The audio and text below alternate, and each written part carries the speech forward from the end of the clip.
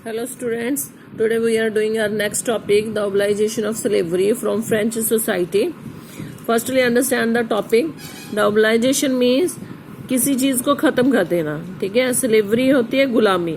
तो गुलामी की जो एक सिस्टम था वो फ्रेंच सोसाइटी में से कैसे ख़त्म हो गया, ये इस टॉपिक को जो है हम अंडरस्टैंड करेंगे. सबसे पहले जो दिया हुआ है कि जो जैकोबियन रिजमाइन का जो सोशल रिफॉर्म था, जो कि मोस्ट इम्पॉर्टेंट उनका वर्क था, वो था कि उन्होंने फ्रेंच कॉलोनी में से स्लेवरी जो थी वो ख़त्म कर दी थी, ठीक है. वहाँ के ऊपर 3 कॉलोनीज थी जिनके अंदर जो था ट्रेड चल रहा था, वो लोगों को जो है खरीदते थे जब बेचते थे, ठीक है. कौन कौन सी कॉलोनी थी? ये मार्टिन यूक है, उसके बाद गोल्डन लॉप है एंड सैन डोमिंगो. तो वहाँ के ऊपर इम्पॉर्टेंट जो थे ये 3 जो कॉलोनीज थी, यहाँ के ऊपर बहुत जैसे कुछ चीज़ों का व्यापार होता था. तंबाकू है, इंडिगो है, शुगर एंड कॉफ़ी. तंबाकू जो होता है वो एक टाइप का नशा होता है. इंडिगो जो कलर होता है ब्लू कलर का, 8th स्टैंडर्ड में भी आपने इंडिगो के बारे में पढ़ा है.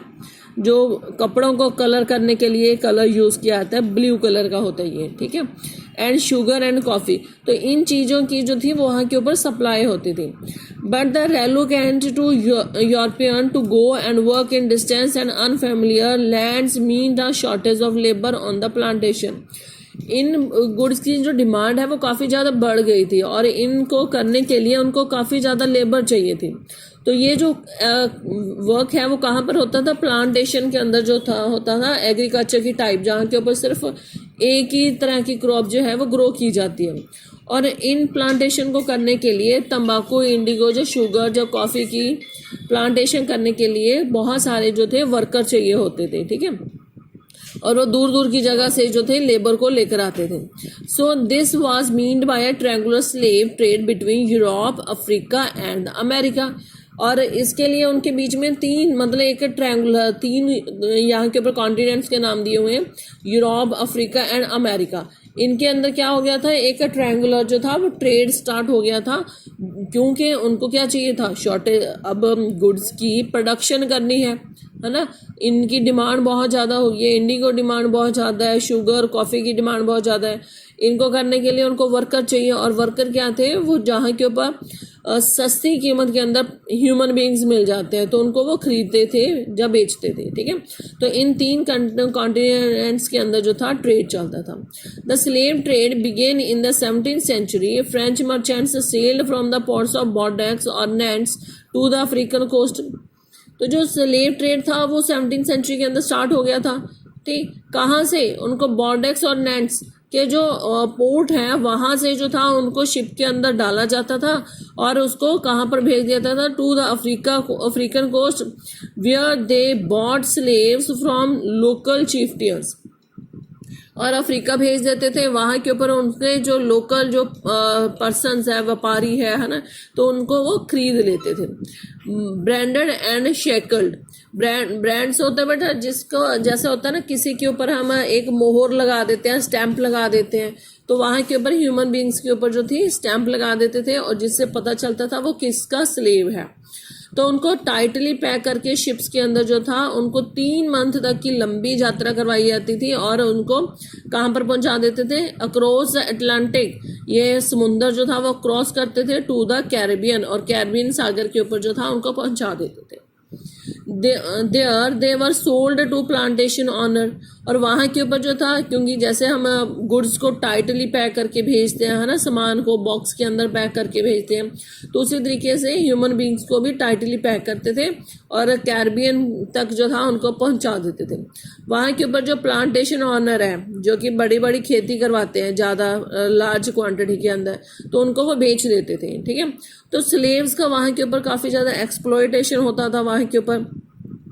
जैसे जैसे गुड्स की डिमांड बढ़ती गई, जैसे जैसे पॉपुलेशन इंक्रीज होती गई, गुड्स की डिमांड बढ़ती गई, है ना, वैसे वैसे ही जो थी इनकी स्लेव्स की डिमांड भी जो थी काफ़ी ज़्यादा बढ़ गई थी.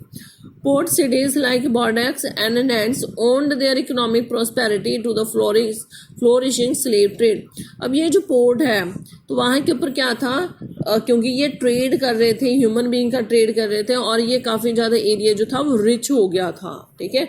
इकोनॉमिक प्रॉस्पेरिटी होती है जब पैसे के कारण कोई ज़्यादा रिच हो जाता है, तो काफ़ी ज़्यादा वो इकोनॉमिकली प्रॉस्पेरिटी खुशहाल हो गए थे। Throughout the 18th century, there was the little criticism of slavery in France. अब जैसे कि सोशल रिफॉर्म्स होते हैं उसी तरीके से फ्रांस के अंदर भी तो जो फ्रेंच रेवोल्यूशन आया था उस टाइम के ऊपर लोग जो थे दूसरे के बारे में सोच रहे थे कि हम इनको गुलाम क्यों बना के रख रखे हैं, है ना। तो उन्होंने क्रिटिसाइज करना शुरू कर दिया था, विरोध करना शुरू कर दिया था स्लेवरी का, कि स्लेवरी जो है, गुलामी जो है वो नहीं होनी चाहिए, ह्यूमन बींग्स को खरीदा बेचा नहीं जाना चाहिए, ठीक है। The national assembly held long debates about whether the rights of man should be extended to all French subjects including those in the colonies, ठीक है। तो वहाँ के ऊपर क्योंकि जो नेशनल असेंबली बनी थी वो क्या डिस्कस कर रही थी, उन्होंने कॉन्स्टिट्यूशन बनाया था ना, जिसके अंदर उन्होंने लिखा था rights of citizen and right of man, ठीक है। मीन्स दैट सभी को जो था राइट्स दिए गए थे। तो वो सोच रहे थे कि राइट ऑफ मैन जो है वो सिर्फ फ्रांस के लोगों को ही देने चाहिए, कि जो लोग उनकी कॉलोनीज के अंदर हैं, अलग अलग कॉलोनीज के अंदर हैं, तो उनको भी पहुंचाने चाहिए, जैसे कि स्लेव्स। तो पर क्या था, नेशनल असेंबली कोई भी लॉ जो था वो पास नहीं कर पाई थी। क्यों नहीं कर पाई थी? क्योंकि जो बिजनेसमैन थे, जिनका जो बिजनेस जो है वो स्लेव्स के ऊपर डिपेंड था, है ना, स्लेव ट्रेड के ऊपर डिपेंड था, वो हमेशा इस चीज का विरोध करते रहे हैं। तो लास्ट में क्या हुआ, जब कन्वेंशन आई है तो उन्होंने 1794 के अंदर जो था स्लेव्स को आजाद कर दिया, free all slaves in the French overseas possessions. तो उन्होंने सभी स्लेव्स को आजाद कर दिया। तो अब क्या था, बट अब स्लेवरी तो खत्म होगी फ्रांस में से, पर ये ज़्यादा टाइम तक नहीं रही। क्यों नहीं रही? क्योंकि 10 साल के बाद जो था नेपोलियन जो था वो आ गया था 1804 के अंदर। और नेपोलियन जो था, क्योंकि उसने पावर गेन करनी थी, तो इसलिए उसने स्लेवरी को री इंट्रोड्यूस कर दिया, दोबारा से फिर शुरू हो गई थी। फिर उसी तरीके से जो था वो चलता रहा, है ना। Plantation owners understood their freedom as including the right to enslave African negroes. तो जो प्लांटेशन ऑनर थे उनको भी अब फ्रीडम के बारे में समझ आ गया था, है ना। तो लास्ट में जाकर क्या था, स्लेवरी जो थी 1848 के अंदर जो थी फ्रेंच कॉलोनीज के अंदर खत्म हो गई, ठीक है। तो कब हुई है एबोलिशन ऑफ स्लेवरी? 1848, ठीक है। तो ये टॉपिक जो है हमारे यहाँ के ऊपर पूरा हो गया।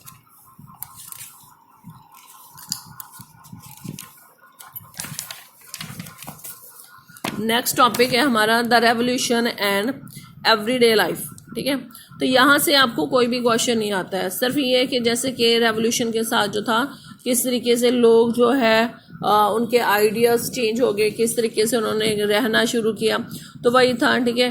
तो इसके अंदर आपको कुछ भी जो है कोई भी क्वेश्चन नहीं आता है, तो ये आप टॉपिक जो है वो छोड़ सकते हो, ठीक। तो आगे जो है हम कंक्लूजन करते हैं, यहाँ से आपको जो है क्वेश्चन जो है वो बनता है। ये यहाँ से कौन सा क्वेश्चन आता है, explain the rise of Napoleon, ठीक है। तो नेपोलियन के बारे में 5 मार्क्स का क्वेश्चन आता है और ये यहीं से पूछा जाता है आपको। इन 1804 Napoleon Bonaparte crowned himself emperor of France. अब फ्रांस के अंदर क्या है, देखो कितनी सारी चेंजेस आई हैं, है ना। तो लास्ट मतलब क्या हुआ, जिससे पहले हमने पढ़ा था कि डायरेक्टरी आ गई है, बट डायरेक्टरी में भी क्या था, आपस में कॉन्फ्लिक्ट होते रहते थे, जिसका फ़ायदा क्या हुआ, जो नेपोलियन ने उठा लिया। तो 1804 के अंदर जो था नेपोलियन बोनापार्ट जो था वो फ्रांस का बादशाह बन गया। उसने क्या किया, उसने जैसे ही वो नेपोलियन जो पावर में आया तो उसने आसपास के एरिया के ऊपर जो था हमले करने शुरू कर दिए। उसने यूरोपियन जो कंट्रीज थी उनको कंक्योर करना शुरू कर दिया, जीतना शुरू कर दिया, ठीक है, ठीक है। तो उसने अपने जो साथ की जो यूरोपियन कंट्रीज थी उनको जीतना शुरू कर दिए, और disposing dynasty and creating kingdom where he placed member of his family.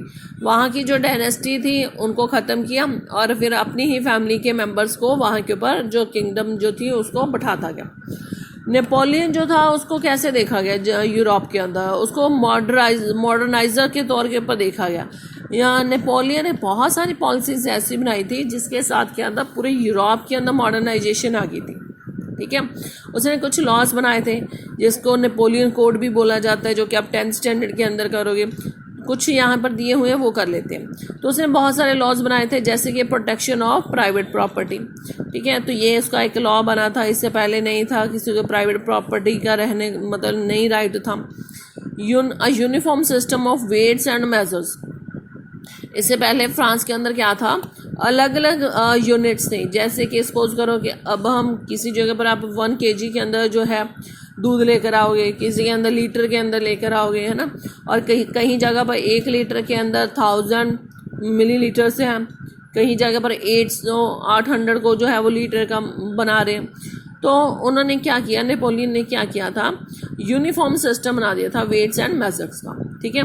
And provided by the decimal system, तो उसने डेसिमल सिस्टम को भी जो है इंट्रोड्यूस किया था। तो स्टार्टिंग के अंदर क्या था, बहुत सारे जो लोग थे नेपोलियन को लिबरेटर मान रहे थे। लिबरेटर होता है जो सभी को याद करवाने वाला, ठीक है। Who would bring freedom for the people, जो लोगों के लिए फ्रीडम लेकर आएगा। बट जल्द ही क्या था, जो नेपोलियन की आर्मी ने जिस तरीके से फोर्स के साथ जो था सभी जगह के ऊपर कब्जा करना शुरू किया, तो उसके बाद जो था लोगों के अंदर जो वहम था वो निकल गया, है ना। तो फाइनली क्या हुआ, जो नेपोलियन था 1815 में इंग्लैंड के साथ युद्ध करता हुआ वाटरलू के बैटल में, ठीक है, कौन सी बैटल में, वाटरलू के बैटल में वो हार गया। बट उसके जो था बहुत सारे जो मेजर्स थे वो कंटिन्यूसली यूरोप के अंदर, जो पूरे वर्ल्ड के अंदर जो थे चलते रहे, है ना। Many of his measures that carried the revolutionary ideas of liberty and modern laws of other parts of Europe had an impact on people long after Napoleon had left.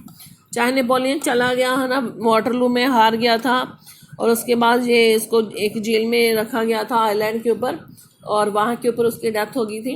But Napoleon के जो idea थे वो लंबे time तक जो थे Europe की colonies के अंदर जो थे देखे गए। तो इस तरीके से ये चैप्टर जो है हमारा पूरा होता है। और जो फ्रेंच रेवोल्यूशन का जो आइडियाज़ थे, है ना, वो जो था, जैसे कि रेवोल्यूशन का आइडिया सबसे पहले फ्रांस के अंदर आया था, है ना। तो उसके बाद बहुत सारी कंट्रीज़ के अंदर जो था उन्होंने इस आइडिया को जो था एक्सेप्ट किया था।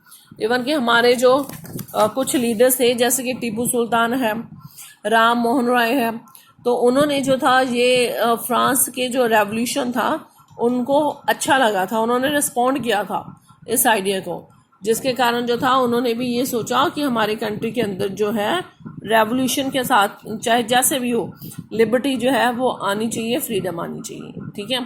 तो ये जो चैप्टर है यहीं पर कंप्लीट होता है। तो इसको रिवाइज करना है, इसके 1 marks question, 3 marks and 5 marks question जो है वो आपने बनाने हैं, ठीक है। Okay, good bye.